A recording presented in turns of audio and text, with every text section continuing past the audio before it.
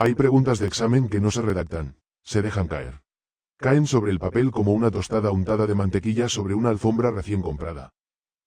Y luego el aspirante, pobre criatura jurídica, tiene que decidir si aquello era una pregunta o una adivinanza o una confesión de cansancio o una pequeña prueba de resistencia psicológica patrocinada por el Boletín Oficial del Estado. Tomemos la joya. Según la Ley 39/2015, el recurso potestativo de reposición se interpone. A. Siempre antes de acudir a la vía contencioso-administrativa. B. Contra actos que no pongan fin a la vía administrativa. C. Contra actos que pongan fin a la vía administrativa. D. Únicamente contra actos presuntos. La respuesta buena naturalmente es la C. Eso lo sabe cualquiera que haya mirado de frente al artículo 123 sin pestañear demasiado.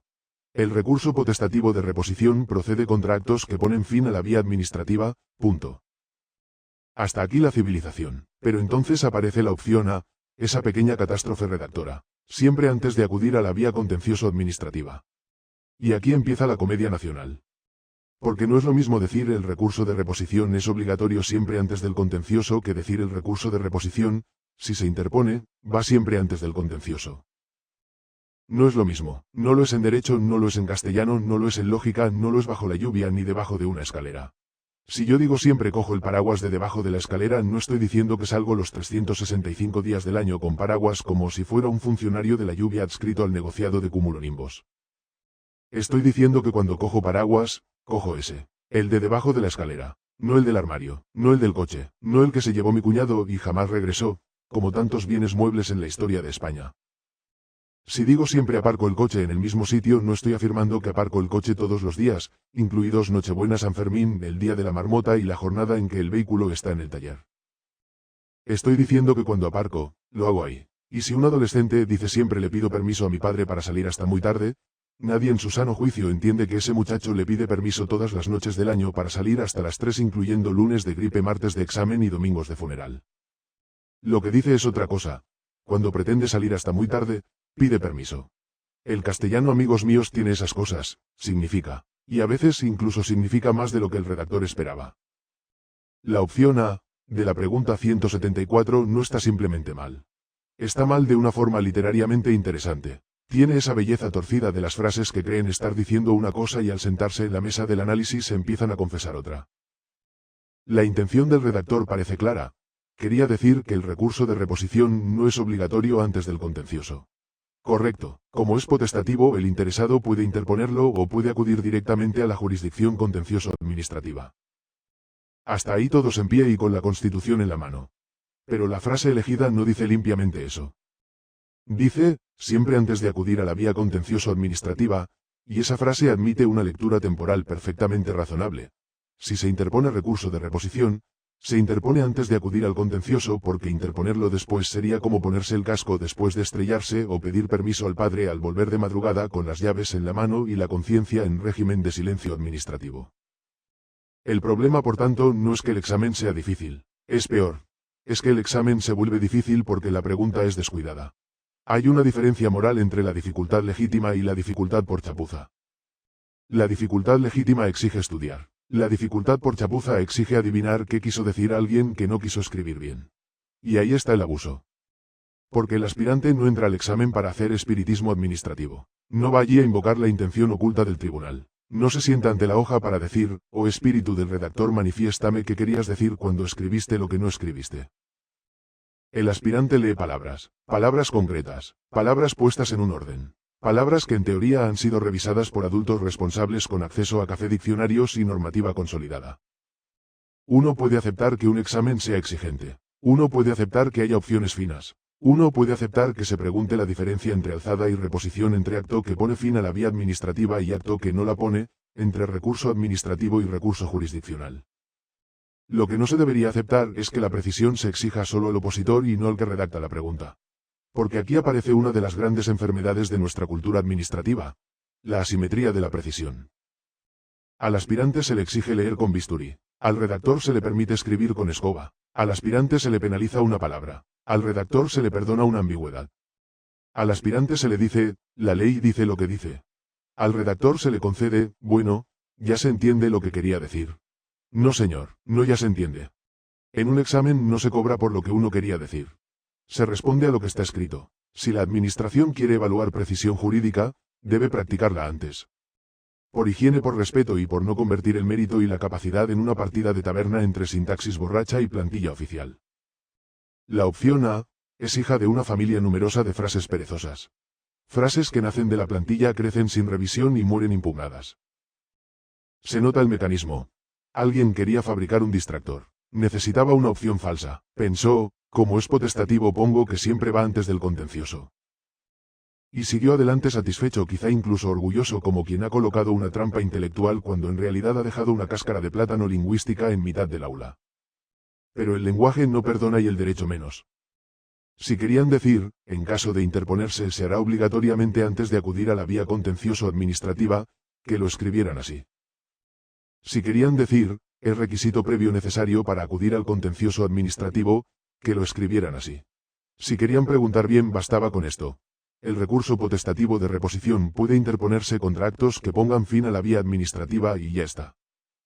Sin fuegos artificiales, sin paraguas debajo de la escalera, sin adolescentes pidiendo permiso todas las noches del año. Pero no, había que escribir, siempre. Ese siempre español, tan grande, tan solemne, tan de madre superiora y de contrato matrimonial colocado ahí como si la palabra no tuviera alcance, contexto ni consecuencias. Siempre dice la opción, y el aspirante que sabe leer se pregunta siempre en qué sentido. ¿Siempre como requisito obligatorio? ¿Siempre en orden temporal cuando se interpone? ¿Siempre antes pero no necesariamente siempre existente? ¿Siempre del redactor o siempre del diccionario? Y entonces viene la trampa final. Si el aspirante piensa demasiado, pierde. Si lee con precisión se complica. Si lee como un robot obediente acierta. Extraño sistema de selección aquel en que la lectura inteligente puede convertirse en factor de riesgo. El recurso se llama potestativo. Esa palabra no está ahí de adorno como una moldura barroca en una sede electrónica. Quiere decir que el interesado puede optar. Puede interponer reposición o puede acudir directamente al contencioso. Precisamente por eso la expresión siempre antes es peligrosa, porque en su lectura fuerte anula la potestatividad, y en su lectura débil dice una obviedad temporal que no responde correctamente a la pregunta. En la lectura fuerte es falsa. En la lectura débil es incompleta y mal enfocada. En ambas es una mala opción de examen. Y esto no es hilar fino. Hilar fino sería discutir si una coma convierte un inciso en explicativo o especificativo. Esto es más básico. Esto es saber que las palabras tienen alcance. Que siempre no significa siempre lo mismo en todas partes. Que una frase puede cuantificar sobre todos los días del año o sobre todas las ocasiones en que se produce una conducta. Que decir siempre aparco ahí no obliga a aparcar incluso cuando uno ha vendido el coche. La pregunta 174 podría haberse redactado bien con un esfuerzo de 20 segundos. 20, no 20 días. No 20 dictámenes del Consejo de Estado. 20 segundos de decencia sintáctica. Y ahí duele, porque los aspirantes se juegan mucho. Tiempo, dinero, sueño, salud mental, vida familiar, fines de semana, veranos, autoestima y años. No están jugando al trivial en una sobremesa. Están compitiendo por una plaza bajo reglas que se presumen serias. Y cuando una pregunta está redactada con dejadez no es una anécdota. Es una falta de respeto. Una falta de respeto pequeña quizá, pero las pequeñas faltas de respeto acumuladas fabrican grandes injusticias. No hace falta imaginar conspiraciones. La mayoría de los desastres no nacen de la maldad, nacen de la suficiencia. De esa confianza perezosa de quien cree que, ya se entiende. De quien no relee, de quien no somete su frase a la prueba mínima del lector inteligente. De quien olvida que en un examen tipo test cada palabra puede sumar o restar una vida. No fue para fastidiar, eso sería concederle demasiada épica al asunto. Fue peor, fue dejadez con membrete, fue vagancia técnica, fue esa clase de descuido que solo puede permitirse quien no va a sufrir las consecuencias de su propio descuido. Porque el redactor escribe mal y se va a casa. El aspirante lee mal porque el redactor escribió mal, falla una pregunta y se queda fuera. Y luego todavía se le dice que tenía que haber entendido la intención. Magnífico, ya solo falta exigir clarividencia como mérito computable en la fase de concurso. Debería haber una norma no escrita, aunque tal vez convendría escribirla en piedra. Quien examina debe redactar mejor que quien es examinado. No por vanidad, por justicia. Si se pregunta derecho, que la pregunta sea jurídica. Si se pregunta castellano, que la pregunta sea lingüísticamente defendible. Si se mezclan ambas cosas, que al menos no parezca que el artículo 123 fue leído en diagonal mientras sonaba el microondas. La pregunta correcta es sencilla. El artículo es claro, la materia es limpia, el desastre fue opcional, y eso precisamente es lo más gracioso y lo más triste. El recurso potestativo de reposición es potestativo, pero la chapuza también lo era. Nadie obligó a redactar así. Nadie impuso ese siempre. Nadie exigió convertir una pregunta sencilla en una excursión filosófica por el alcance del adverbio. Se hizo porque se pudo. Se dejó porque coló. Y ahora se defiende porque, ya se entiende. Pues no, no siempre. A veces se entiende, a veces se adivina. A veces se tolera, y a veces simplemente se impugna. Los aspirantes merecen preguntas limpias, no perfectas, porque la perfección no existe ni en la administración ni en los paraguas. Pero sí limpias, revisadas, precisas, dignas, porque quien oposita ya tiene bastante con estudiar la Ley 39/2015 como para tener que estudiar además la psicología recreativa del redactor. Así que dejemos constancia. El recurso potestativo de reposición se interpone contra actos que ponen fin a la vía administrativa. El paraguas se coge de debajo de la escalera. El coche se aparca en el mismo sitio. El adolescente pide permiso cuando quiere salir tarde. Y una pregunta de examen, si quiere ser respetada, debe empezar por respetar al lector. Todo lo demás es literatura involuntaria. Y de la mala.